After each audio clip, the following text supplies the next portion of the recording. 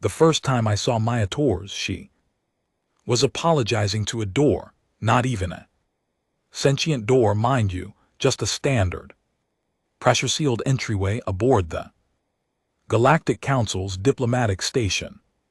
She'd walked into it face first while staring at her data pad, the door being an inanimate object remained wholly unimpressed. Maya, however, turned the color of a Vaxian sunset fruit and muttered sorry 3 times before scurrying away. I remember thinking, this is humanity's champion. My name is Kelvor, and I'm a military analyst for the Thaxian Confederacy. I've studied over 200 species, documented their combat strategies, evaluated their tactical responses. Humans had been on my radar for exactly 6 cycles, ever since they'd somehow convinced the Council to let them participate in the Territorial Disputes Resolution Program. Most species spend decades proving themselves worthy. Humans just showed up one day with terrible coffee and worse jokes and somehow got approved. TDRP, for those unfamiliar, is how civilized species handle contested zones without resorting to actual warfare. 2 parties, 1 contested territory. Series of challenges, psychological assessments, tactical simulations. Winner takes all. It's elegant, it's refined, it prevents unnecessary bloodshed. Humans, I've been told, were neither elegant nor refined, but they were persistent, annoyingly so. The current dispute involved the mineral-rich moon of Hexara 9, claimed by both the Corveth Empire and humanity's fledgling colonial administration. The Corvaths were sending Commander Vries, a decorated war hero with 17 successful campaigns and a reputation for psychological warfare that made grown Thaxians nervous. They were sending someone who'd literally written the manual on intimidation tactics. Humanity was sending Maya Torres, 26-year-old xenobiology researcher who looked like she might cry if you spoke too loudly near her. I watched her during the opening ceremonies held in the Grand Amphitheater of Council. Station 7, 15,000 spectators from across the galaxy all gathered to witness this resolution. The Corvaths entered first, Commander Vries striding in with 6 honor guards, each one standing over 7 feet tall, covered in ceremonial combat armor that gleamed under the lights. The crowd roared approval. Then came Maya alone. She walked in, wearing what appeared to be a wrinkled jumpsuit, carrying a worn leather bag that looked older than most starships. Her dark hair was pulled back in a messy knot. She was maybe 54. She waved awkwardly at the crowd, and the gesture was so uncertain that it actually created a moment of confused silence across the entire amphitheater. Someone in the Corveth section laughed. Then someone else. Within seconds, thousands were joining in. Maya's face went red again. She found her designated platform and stood there, shoulders slightly hunched, studying her shoes, like they contained the secrets of the universe. My colleague Thrick leaned over to me. He works in psychological warfare analysis. This will be over in less than 2 hours, he said confidently. Humans have no idea what they're doing. That one looks ready to surrender before the first challenge even begins.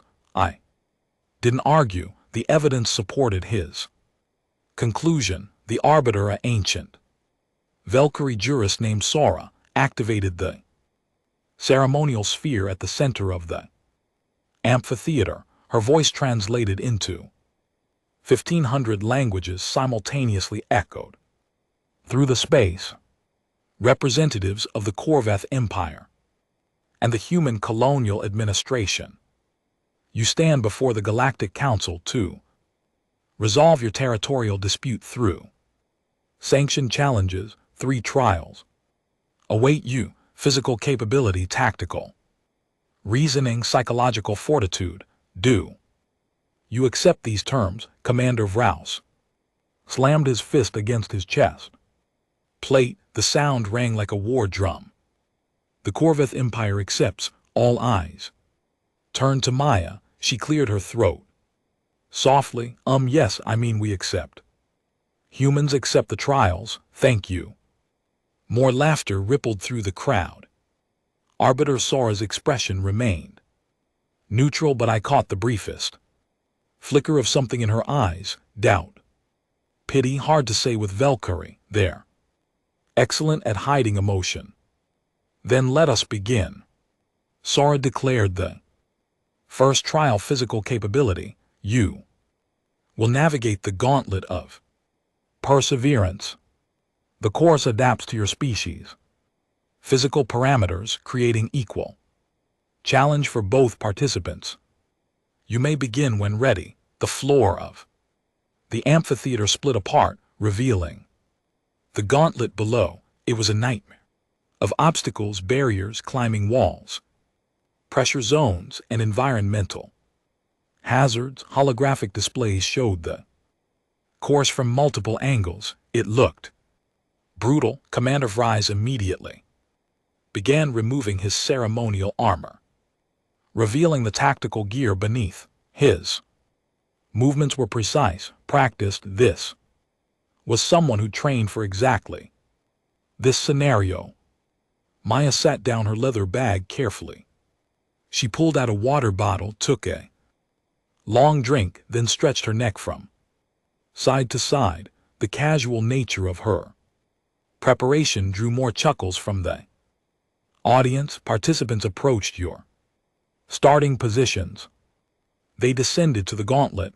Bryce moved like a predator, all coiled strength and confidence. Maya walked like someone heading to a particularly boring meeting. The starting klaxon sounded. Vries exploded forward with impressive speed, his powerful legs carrying him across the first obstacle series in seconds. He was grace and power combined, moving through the course like it was designed specifically for him, which, to be fair, it partially was. The gauntlet adapts, but it maintains equivalent difficulty. Maya started jogging, just jogging, not sprinting, not attacking the course with any particular intensity, just a steady, rhythmic jog like she was in a park somewhere enjoying the weather. Vries reached the first major barrier, a 20 ft wall with minimal handholds. He scaled it in under 15 seconds, muscle memory and training evident in every movement. The crowd cheered their approval. Maya reached the same wall and stopped. She looked up at it, head tilted slightly. Then she walked along its base, examining it from different angles. She spent a good 30 seconds just staring before finally starting her climb. Her technique was terrible. She slipped twice, had to readjust her grip multiple times, and took nearly 2 full minutes to reach the top. Pathetic, someone in the Corveth section shouted. By the time Maya cleared the wall, Vries was already through 3 more obstacle sequences. He was dominating the course, and the scoreboard confirmed it. His completion percentage was climbing rapidly while Moss barely moved, but something was bothering me. Maya didn't look frustrated, didn't look panicked. She just kept moving at that same steady pace, occasionally stopping to examine an obstacle before attempting it, like she was taking notes for a research paper. The gauntlet's 3rd section included a pressure chamber where artificial gravity increased in pulses. Vries pushed through it with raw strength, his Corveth physiology handling the stress admirably. He emerged breathing hard but victorious, and the time display showed him well ahead of projected completion. Maya entered the same chamber and immediately sat down, just sat down. Cross-legged on the floor. What is she doing? Thrick muttered beside me. Gravity pulses hit her and her body compressed slightly under the force, but she didn't fight it, she didn't push forward, she just sat there breathing, slowly waiting. After the fifth pulse, she stood up and walked through the chamber like it was the most normal thing in the universe. The gravity hit her again and she stumbled, but she kept that same steady pace, no wasted energy fighting the force, just patient, determined progress.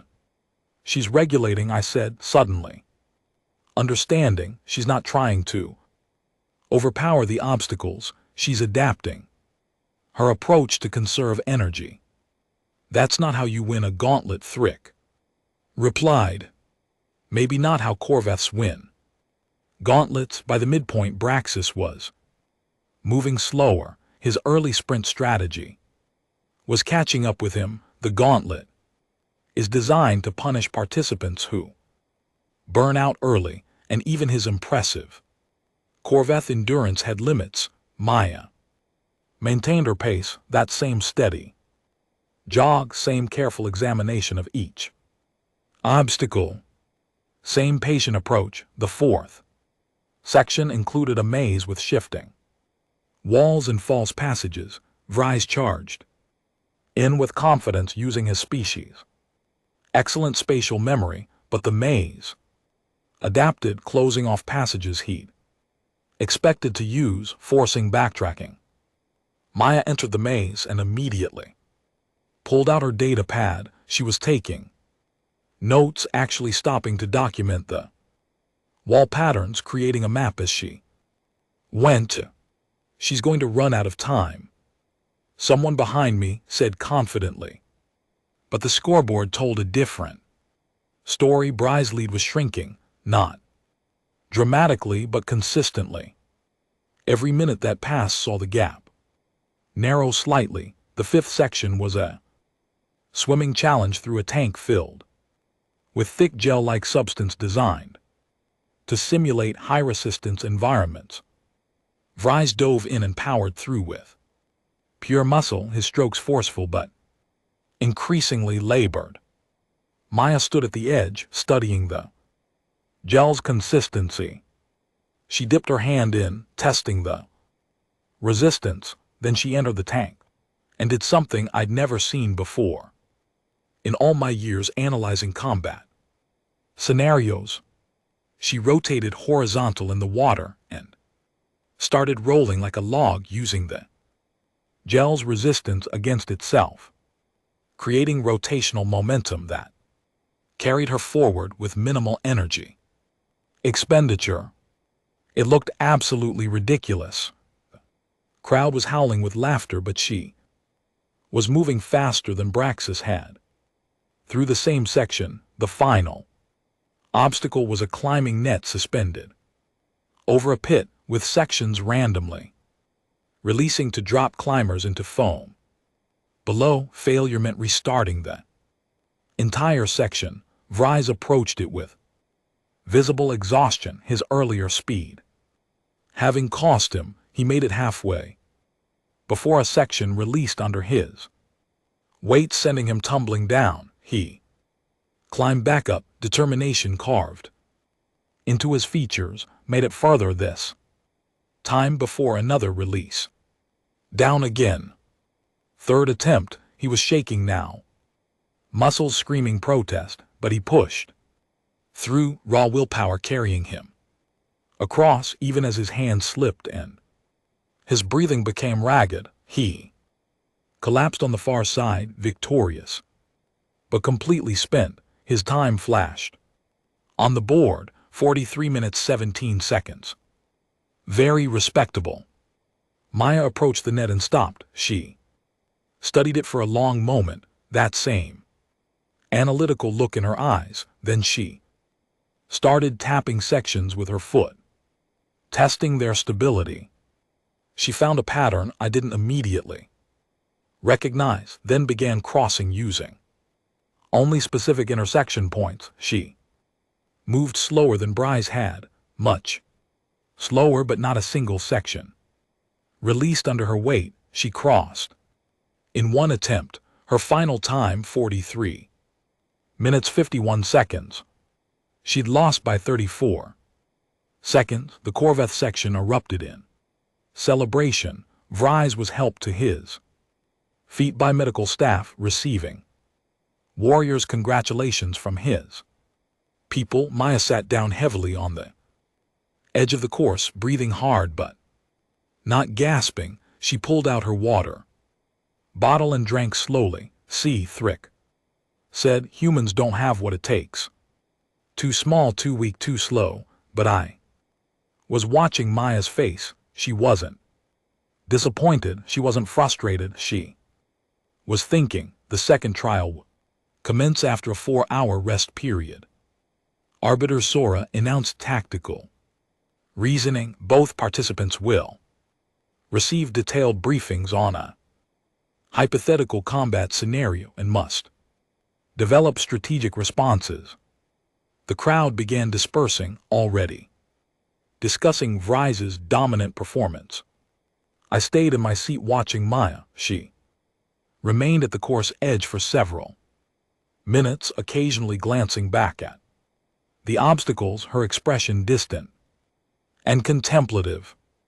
Then she pulled out her data pad and started typing, still taking notes. 4 hours later, we reconvened in the tactical simulation chamber. This was my specialty, the part I'd been most interested in observing. The challenge was straightforward. Both participants would receive intelligence reports about a theoretical conflict scenario and had 2 hours to develop comprehensive strategic responses. Their solutions would be evaluated by a panel of military experts from neutral species.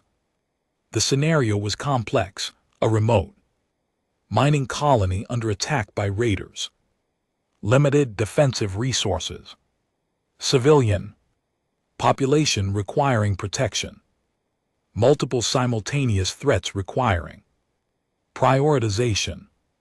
Vries approached it like the career military officer he was. His response took 40 minutes to formulate, and it was textbook perfect. Defensive perimeters, resource allocation, triage protocols, evacuation procedures, everything you'd learn in any advanced tactical academy. Across the galaxy, the expert panel nodded approvingly as his presentation concluded. Maya took the full 2 hours. When she finally stood to present, she looked tired, but there was something different about her demeanor now. The nervous awkwardness from earlier had faded, replaced by focused intensity. So she began, her voice stronger than before. Commander Vries' plan is really good, like textbook stuff. Probably what I'd do if I was trained for this. She pulled up a holographic display showing the scenario parameters. But here's the thing: raiders don't attack mining colonies for fun. They attack because there's something valuable worth the risk, and this scenario says the colony is remote, which means long supply lines and limited support. So why would raiders commit to an extended engagement against even basic defenses? She highlighted several data points. They wouldn't unless the colony has something really important, something worth dying for. The scenario mentioned standard mineral extraction, but look at these power consumption readings in the intelligence report. They're 40% higher than standard mining operations. She zoomed in on a facility diagram. That's not a mining colony. That's a research station disguised as a mining Colony, which means the raiders probably know exactly what they're after. Probably have inside information, which means she pulled up personnel files. There's a mole, someone giving them access codes, security schedules, everything. So instead of fortifying defenses like Commander Vries suggested, I'd quarantine the entire staff, identify the traitor using communication, pattern analysis, then use them to feed false intelligence back to the raiders. Make them think we're evacuating through the North Sector when we're actually. She continued for 20 minutes, unraveling the scenario like a mystery novel, identifying patterns and connections that the scenario designers had buried deep in the background data. Her analysis wasn't about military strength. It was about understanding motivation, predicting behavior, exploiting assumptions. When she finished, the expert panel sat in stunned silence. Finally, the lead evaluator, a grizzled Thaxian general named Corin, spoke. Miss Torres, did you serve in military intelligence? No, sir, I study xenobiology, specifically predator-prey relationships and adaptive behavior patterns. Same principles, really, just different context. Another long silence. Your analysis is highly unorthodox. Is it wrong? No, it's frighteningly accurate. You identified elements of this scenario that we intended as hidden variables meant to only emerge if participants asked specific follow-up questions. General Corin glanced at his fellow evaluators, then back to Maya. This round goes to humanity. The amphitheater erupted. The Korvath section was shouting protests. The human section, small as it was going absolutely insane with celebration.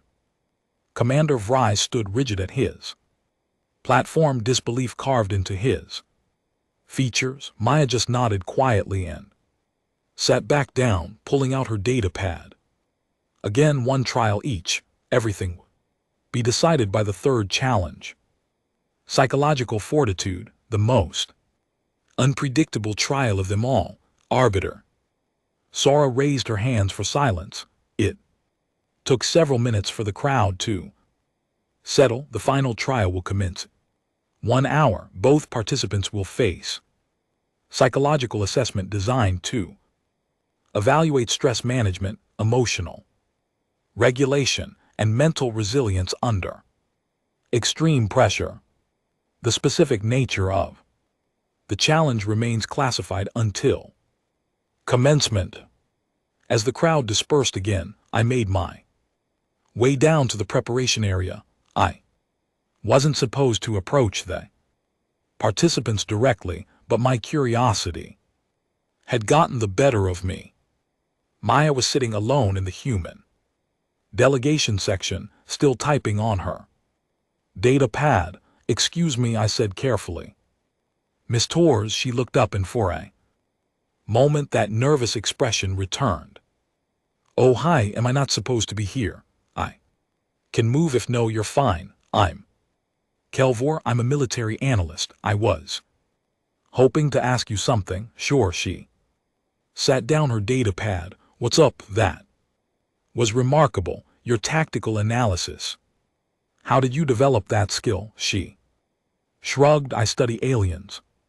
You know, non-human species, how they think, how they behave, what motivates them. When you spend enough time watching predators hunt, you start recognizing patterns. Raiders are just predators with better technology. But you've never been in combat. Nope. Never even fired a weapon. Well, except for this one time with a tranquilizer gun on Kepler 442b. But that was an accident, and we don't talk about it. Couldn't help but smile. You realize you're facing Commander Vries in a psychological challenge. He's trained for exactly this kind of stress. Yeah, she picked at a thread on her jumpsuit. I figured that out. He's really good, isn't he? He's one of the best. Cool. She didn't sound worried. She sounded curious. Doesn't that concern you? Maya considered the question carefully. My friend Emma back home, she studies ants, like that's her whole thing, army ants specifically, and she told me once that when army ants encounter an obstacle they can't overcome individually, they just start building a bridge with their own bodies. Other ants walk over them until enough have crossed to solve the problem. The bridge ants don't survive, but the colony does. She met my eyes. Humans don't have the Corvette strength. We don't have Thaxian strategic training. We don't have Valkyrie wisdom or Mantari telepathy or any of the advantages that make other species great at what they do, but we're really good at one thing. What's that? Being absolutely stubborn about not giving up, even when we probably should. Before I could respond, an announcement echoed through the facility. Final trial commencing in 30 minutes. All participants report to the psychological assessment chamber. Maya stood up, grabbing her worn leather bag. Wish me luck, she said. Good luck, Miss Torres. She walked away, and I found myself genuinely uncertain about what would happen next. For the first time in my career, analyzing conflict resolution, I had no idea who would win. The psychological assessment chamber was unlike anything most species had ever experienced. I'd watched dozens of these trials over the years, and they never got easier to observe. The room itself was deceptively simple: white walls, neutral lighting, 2 isolated pods where participants would sit, completely sealed off from external stimuli. What happened inside those pods was tailored specifically to each individual, designed by advanced AI systems that analyzed psychological profiles and constructed personalized stress scenarios. The goal wasn't to break participants, it was to measure how they responded when everything fell apart. Commander Vries entered first, his posture military perfect despite the exhaustion visible in his eyes. 2 rounds of intense physical and mental challenges had taken their toll, but his discipline held firm. He nodded respectfully to Arbiter Sora before taking his position at the left pod. Maya arrived 3 minutes later, slightly out of breath, like she'd been running. Her hair had come loose from its knot, falling messily around her shoulders. She still carried that ridiculous leather bag. Sorry, she said to no one in particular. Couldn't find the right corridor. Several Corvette spectators laughed, but it sounded more nervous than mocking. Now her tactical analysis had rattled their confidence. Arbiter Sora's voice filled the chamber. Participants, you will enter the assessment pods. The trial will last exactly 1 hour. You may exit at any time by pressing the emergency release, but doing so constitutes forfeit. The evaluation measures not whether you succeed at the scenarios presented, but how you manage psychological pressure when facing impossible situations. There are no right answers, only your responses matter. Bryce climbed into his pod without hesitation. The door sealed with a hiss. Maya paused at hers, one hand on the entry handle. She looked back at the observation gallery where thousands watched in tense silent. Then she smiled slightly and stepped inside. Both pods went dark. In the observation deck, holographic displays showed biometric data from both participants: heart rate, respiration, neurological activity, stress, hormone levels. Everything monitored in real time by medical AI and evaluated by the Psychological Assessment Board. For the first 5 minutes, both participants showed elevated but stable readings. Normal stress response to a new environment. Then Vry's heart rate spiked dramatically. His scenario has begun, announced Dr. Theiles, a Valkyrie psychologist on the evaluation panel. The AI has identified his core psychological pressure points and is constructing appropriate stimuli. We couldn't see what Vry's was experiencing, but his biometrics told a story. Sharp increases in stress markers, rapid breathing, elevated cortisol. His neural patterns showed signs of severe emotional distress. What's it showing him? Someone asked. That's confidential, Dr. Theiles replied, but based on his military record, likely scenarios involving impossible choices, subordinates in danger, civilians requiring protection, resources insufficient to save everyone. Classic commander's nightmare. Vry's readings continued climbing. His hands, visible on the biometric scanner, were clenched into fists. Whatever he was seeing, it was devastating, but his reading stabilized, elevated, yes, but controlled. He was fighting through it with pure disciplined willpower. Impressive resilience, General Corin murmured. Most participants crack within the first 15 minutes. Maya's readings, by contrast, had barely changed. Is her scenario working? Thrick asked her. Biometrics are almost baseline. Doctor checked the display, frowning. The AI reports full scenario deployment. She should be experiencing maximum psychological stress based on her profile analysis. Maybe humans just don't respond to psychological pressure the same way, someone suggested, or maybe their assessment AI doesn't understand humans very well yet, I said quietly. 20 minutes in, Vry's readings showed he was struggling. His heart rate kept spiking, settling, then spiking again. His breathing had become irregular. The stress was accumulating despite his impressive mental fortitude. Maya's readings actually decreased slightly. Her heart rate had dropped to near resting levels. That's not normal, Dr. Theiles said, now openly concerned. Is she even conscious? The medical AI confirmed she was awake and alert. Then, what is she experiencing that produces this response?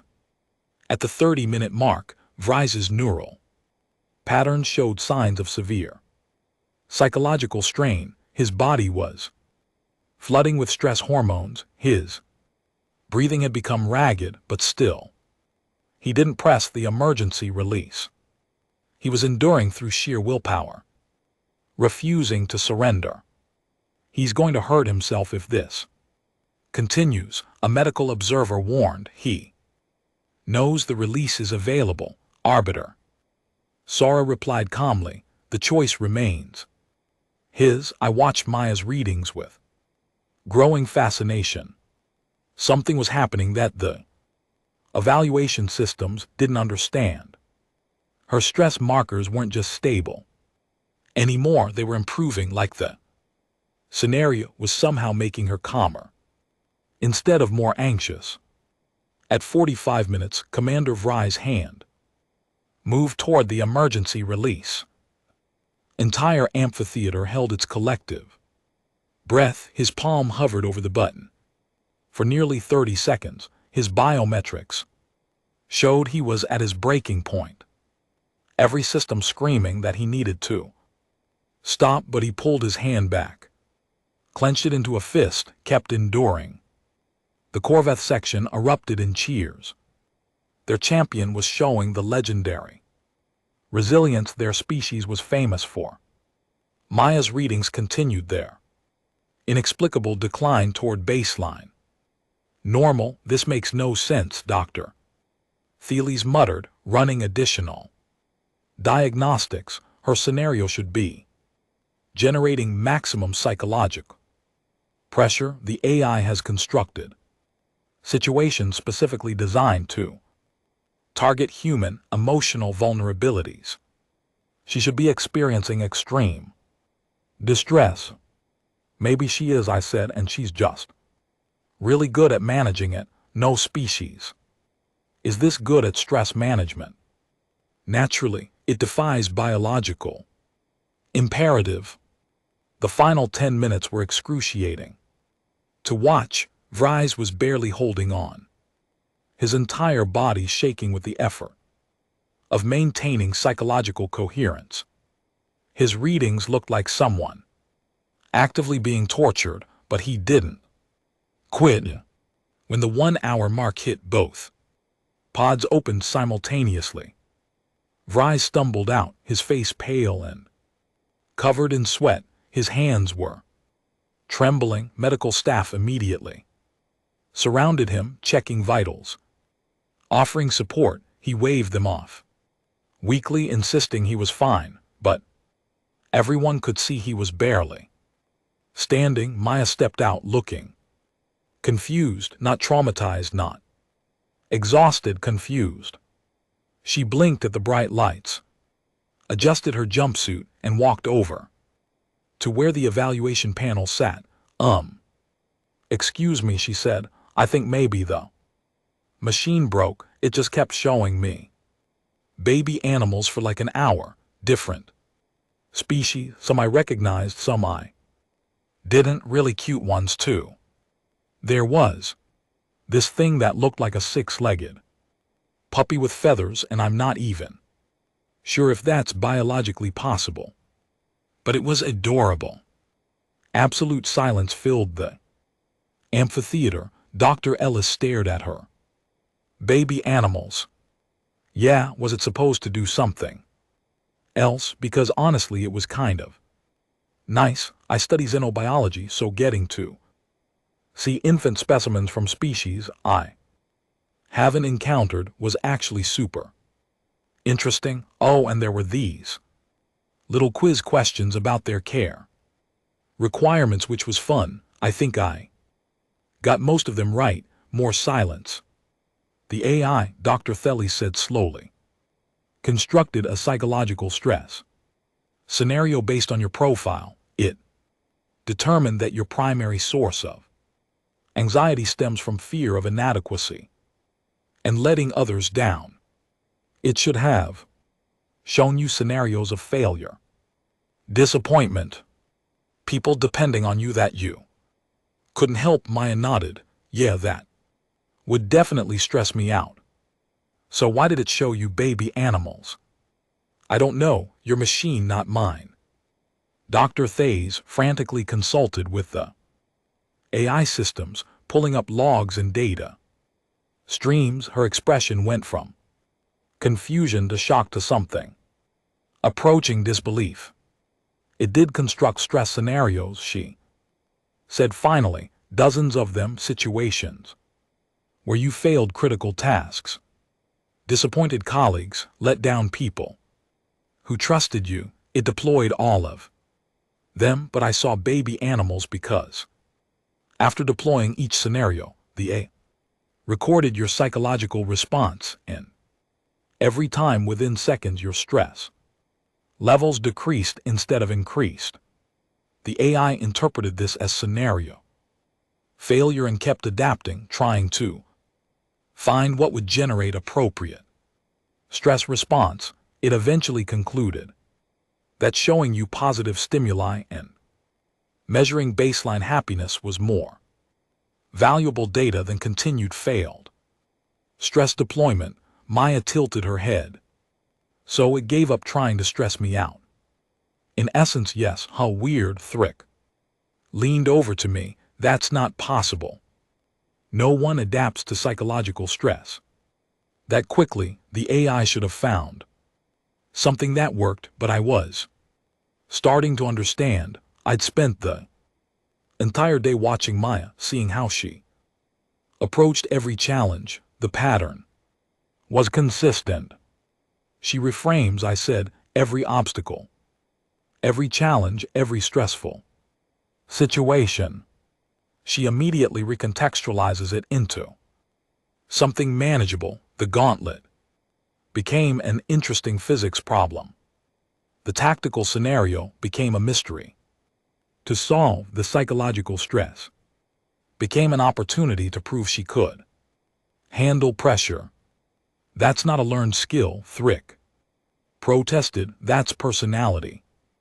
Exactly, you can't train someone to have that kind of adaptive mindset, either. They have it or they don't. Arbiter Sora stood commanding attention. The evaluation panel was conferring rapidly, reviewing data, arguing in hushed voices. Finally, General Corrin stepped forward. His expression was troubled. This is unprecedented, he began. Commander Vries demonstrated extraordinary psychological resilience. His ability to endure extreme stress through disciplined mental fortitude is among the highest we've measured. His performance honors the Corveth military tradition. Vries straightened slightly, pride cutting through his exhaustion. However, Corrin continued, the purpose of this trial is not to measure endurance of suffering, it's to evaluate psychological fortitude, which encompasses not just the ability to withstand stress, but the capacity to manage, adapt, and maintain function. Cognition under pressure. He glanced at his fellow evaluators, who nodded reluctantly. Miss Torres did not experience the psychological stress we intended to measure, not because of system failure, but because her psychological adaptation occurred faster than our evaluation AI could compensate for. In essence, she solved the problem of stress itself before the stress could meaningfully impact her cognitive function. Murmurs rippled through the crowd. This creates an evaluation paradox. Commander Vries scored exceptionally high on stress endurance. Miss Torres scored impossibly high on stress adaptation. Both represent forms of psychological fortitude, but they're fundamentally different approaches. So who wins? Someone shouted from the Corveth section. General Corrin looked genuinely uncomfortable. After consultation with the full evaluation panel and review of all available data, we've concluded that both participants demonstrated exceptional psychological fortitude through different mechanisms. However, the challenge parameters specify that we must select a single victor based on practical application. He paused, choosing his words carefully. In actual high-pressure situations, the ability to maintain baseline psychological function while adapting to stressors is more tactically valuable than the ability to endure maximum stress through willpower alone. Commander who remains calm makes better decision than a commander who is suffering but determined. The implications hit the crowd like a shockwave. Therefore, this trial is awarded to humanity. Miss Maya Torres is declared the victor. Chaos erupted. The Corveth section was shouting protests, claiming bias, demanding reviews. The small human section was celebrating wildly. Neutral observers were arguing among themselves about the decision's validity. Arbiter Sora raised her hands and slowly order returned. The final tally. Commander Vries wins physical capability. Miss Torres wins tactical reasoning and psychological fortitude. By majority victory, the Territorial Dispute Resolution Program awards Contested territory of Exara 9-2. Humanity's colonial administration. Vry stood frozen at his platform, disbelief and exhaustion wearing on his face. He'd given everything, pushed himself beyond reasonable limits, demonstrated the very best of Corvath military excellence, and lost to someone who'd spent the final trial looking at baby animals. Maya walked over to him slowly. For a moment I thought he might refuse to acknowledge her. The humiliation of losing to such an unconventional opponent must have been overwhelming. But Vries was a career officer. He understood honor and duty. He extended his hand. "You fought well." Maya took it, her small hand disappearing in his massive grip. "You're really impressive, Commander. I don't think I could do what you did in that final trial. The stress would have destroyed me, yet you won. Different approaches, I guess, doesn't make yours any less valid, just means we're good at different things." Something passed between them in that moment, mutual respect perhaps, recognition that excellence takes many forms. The formal ceremonies concluded. An hour later, treaties were signed, territories transferred, diplomatic protocols observed. The Korovats accepted their loss with rigid military discipline, though their disappointment was obvious. I found Maya afterward in a quiet corridor once again, staring at her data pad. "Congratulations," I said. She looked up startled. "Oh hey, Kelvor." "Right, that's right. How does it feel to have won an entire moon for your species?" She laughed nervously. "Honestly, kind of terrifying. I'm a researcher. I study alien ecosystems.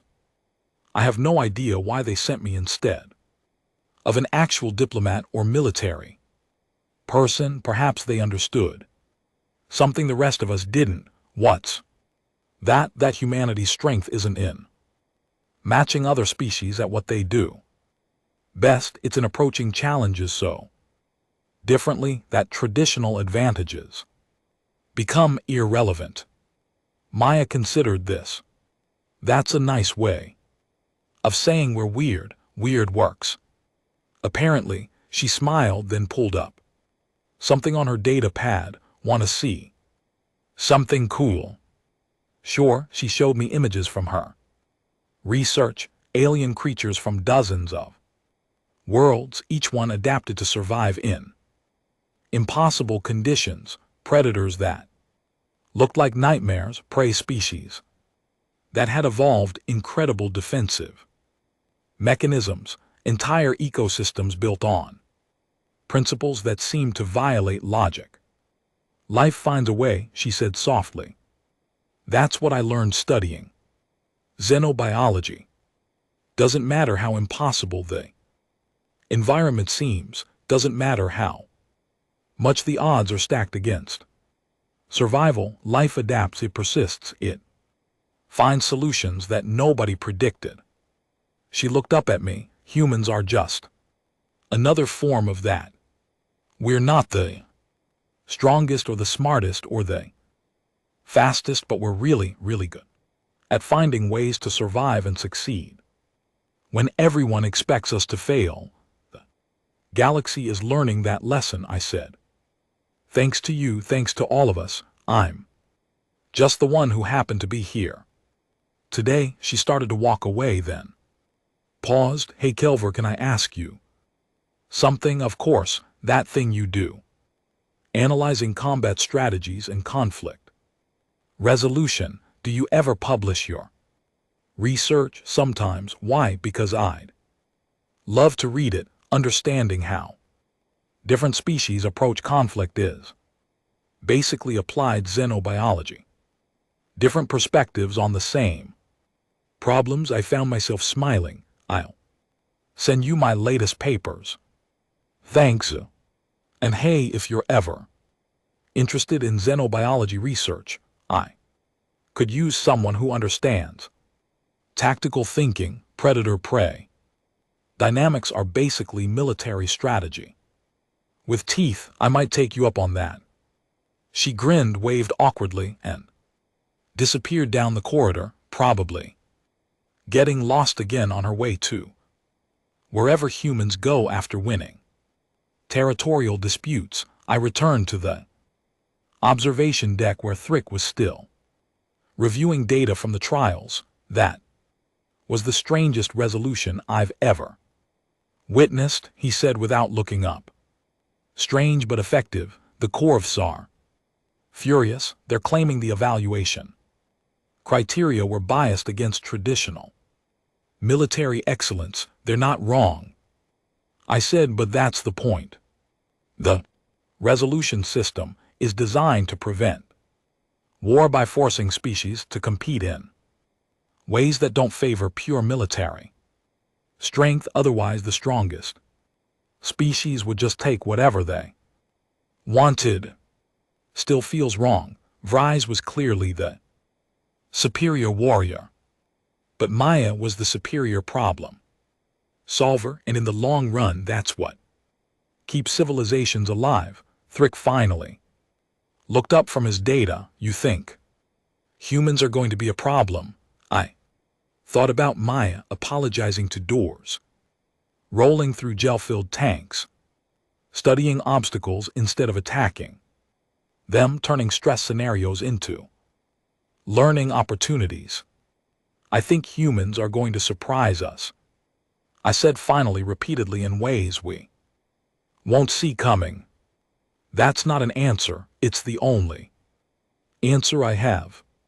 3 cycles later, I received a message from Maya. She'd published a paper, Adaptive Survival Strategies Across Multiple Species, with a section on how military tactical thinking could inform ecological research. It was brilliant, unconventional, and absolutely infuriating to traditional xenobiologists. Attached was a note: thanks for the inspiration. Also, I'm heading to Hexara 9 next month to study the indigenous ecosystems. Apparently, winning a moon means you're responsible for understanding what lies there. Who knew? If you're ever in the sector, come visit. The research station has terrible coffee but amazing views. I found myself seriously considering the invitation because Maya Tours had been right about one thing: understanding how different species approach problems, whether in combat or survival or daily life, reveals fundamental truths about the nature of intelligence and adaptation, and humanity with all its awkwardness and improvisation and stubborn refusal to quit represented something the galaxy hadn't encountered before, not because they were superior but because they were different in ways that mattered.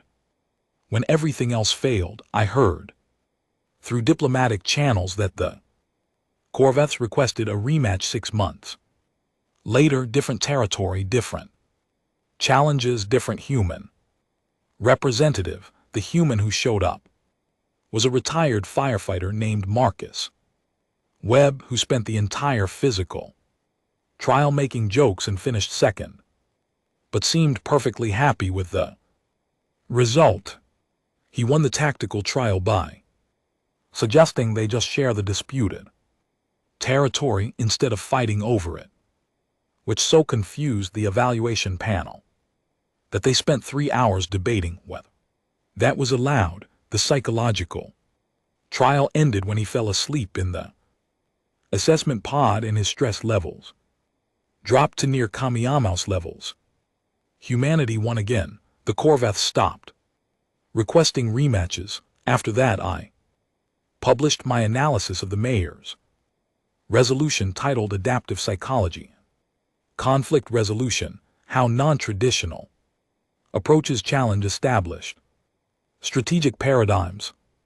It caused quite a stir in military academic circles. Maya sent me a message saying the title was too long and suggesting I rename it. Why being weird sometimes works better than being strong.